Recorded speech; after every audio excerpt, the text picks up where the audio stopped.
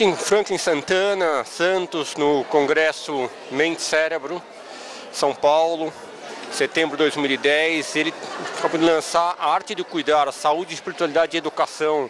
De contar um pouco para nós do livro, o que está por trás, o seu trabalho um pouco, o que desagou também nesse livro, tem outros livros anteriores e nesse congresso. Tá bom. Acho que, assim, na verdade, há 4 anos atrás, nós observamos que existia uma lacuna dentro do ensino brasileiro sobre a temática da morte, do morrer, cuidados paliativos e implicações de sobrevivência pós-morte, bem como espiritualidade na saúde. Com base nessa observação, nós elaboramos um grande projeto para ser desenvolvido ao longo de vários anos, começando pela discussão da morte e do morrer, que não estava presente dentro da academia em nenhuma universidade brasileira, seja de medicina, enfermagem, psicologia. Então nós desenvolvemos um curso de tanatologia, educação para a vida e para a morte. Posteriormente, esse curso foi expandindo cada vez mais a carga horária, e ele agora tem mais ou menos 180 horas. É um curso reconhecido pelo MEC, enfim.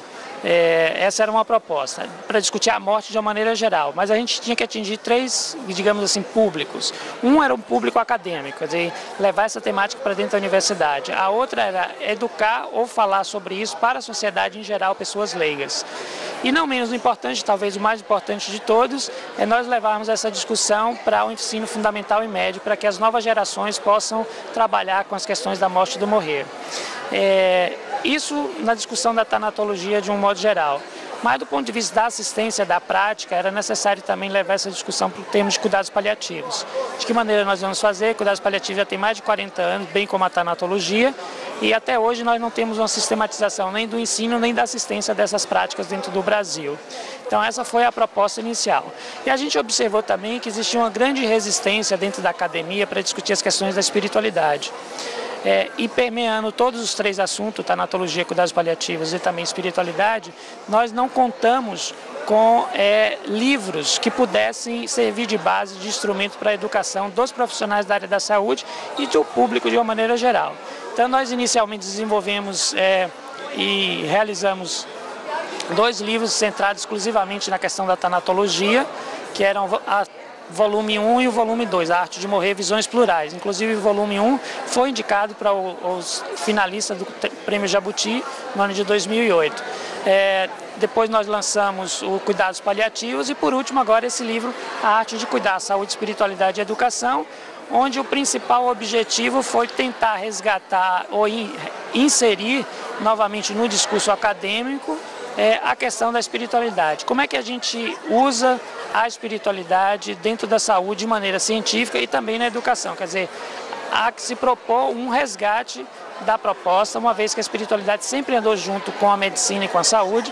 Isso foi, digamos, houve uma cisão e essa cisão precisa ser entendida do ponto de vista histórico e a gente acha que há a possibilidade sim de um resgate da introdução disso. Então, nesse livro, especificamente, nós tentamos discutir a prática da espiritualidade, tanto do ponto de vista teórico, conceitos filosóficos, da prática médica e psicoterápica também. Então, como é que você pode usar na psicoterapia e na assistência direta ao paciente que está internado especialmente.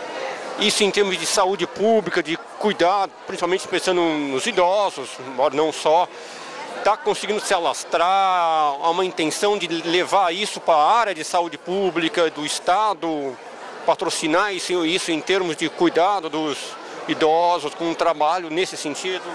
Nós temos uma proposta, inclusive, de criar ou fomentar a possibilidade de ter, por exemplo, sistemas de capelania hospitalar em todos os hospitais, sejam eles públicos ou privados, para que a assistência na saúde hoje ela é basicamente biológica, muito centrada na biologia, e a gente tem dificuldade, inclusive, de trabalhar com as questões do ponto de vista social, da psicologia também e da espiritualidade. A gente entende que para tratar uma pessoa há necessidade de você vê-la no seu contexto total. ou seja, do ponto de vista psicológico, social, físico e espiritual. A proposta é que hoje em dia a liberdade de culto no país e que você pode prestar assistência no hospital para a pessoa, só que não existe uma sistematização. Então o que a gente quer é fomentar que cada hospital crie o seu comitê de assistência espiritual, normalmente de uma forma interdisciplinar, né? E também numa forma também interreligiosa, ou seja, não está lá para pregar religião ou fazer proselitismo para uma específica religião. É que as necessidades espirituais desses pacientes sejam atendidas não só por uma comunidade religiosa que a qual ele pertença, mas que a comunidade científica, médica e mesmo da área da saúde entenda esses mecanismos, saiba a forma que melhor possa usar para ajudar esses pacientes. Essa é uma das propostas. Quer dizer, uma assistência psicológica, social, espiritual, nos momentos mais difíceis, para alguns momentos mais difíceis da vida, seriam os momentos finais, nesse sentido. Não só nos momentos finais, na questão do cuidados paliativos, mas na prática da saúde de uma maneira geral. Toda vez que a pessoa adoece, em geral, especialmente no Brasil, onde a gente tem uma população extremamente espiritualizada e dedicada a cultos religiosos, então é importante que essas pessoas, em geral, elas utilizam a religião para lidar com aquela adversidade que ela está enfrentando. Não necessariamente que seja uma doença fatal.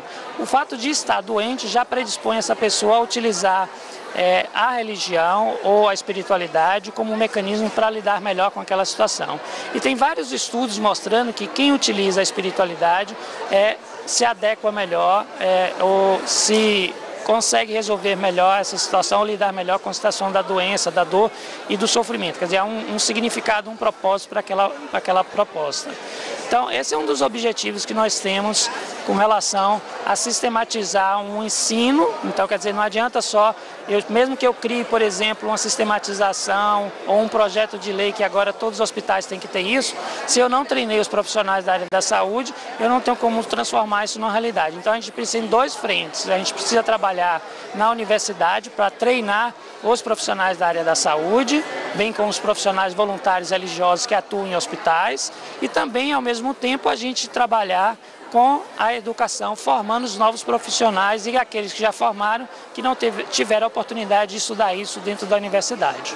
Levar isso como matéria dos currículos, faculdade de enfermagem, assistência social. Sim, isso fazer parte, como a gente estuda a anatomia, os ossos, os músculos, enfim, todos os sistemas, mesmo jeito seja importante também a gente ter disciplinas que a gente trabalhe e estude a tanatologia, o cuidados paliativos e a questão da espiritualidade, mas isso de uma forma sistematizada, com a ferramenta científica, com método e com embasamento científico, para a gente possa fazer uma coisa realmente definitiva e não contraproducente, no sentido de inserir e as pessoas acharem que a gente está levando religião para dentro do hospital ou dentro da faculdade. Essa não é a proposta, veio de outra maneira.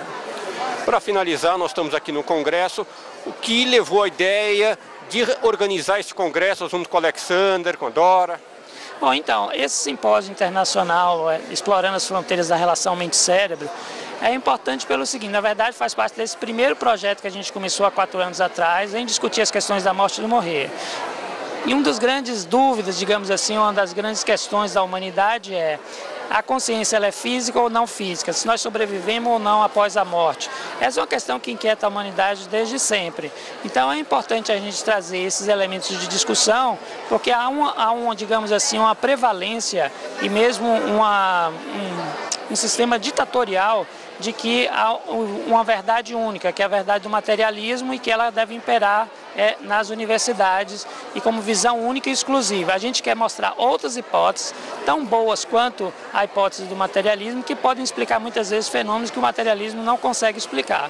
Então, trazer essa mensagem e essa oportunidade de discussão a nível acadêmico é muito importante para a gente abrir um espaço de discussão e criar novos grupos de pesquisa que possam, de agora em diante, então, tentar desenvolver nossos projetos adaptados à nossa cultura brasileira, que é diferente da europeia e mesmo da americana também. Certo, muito obrigado.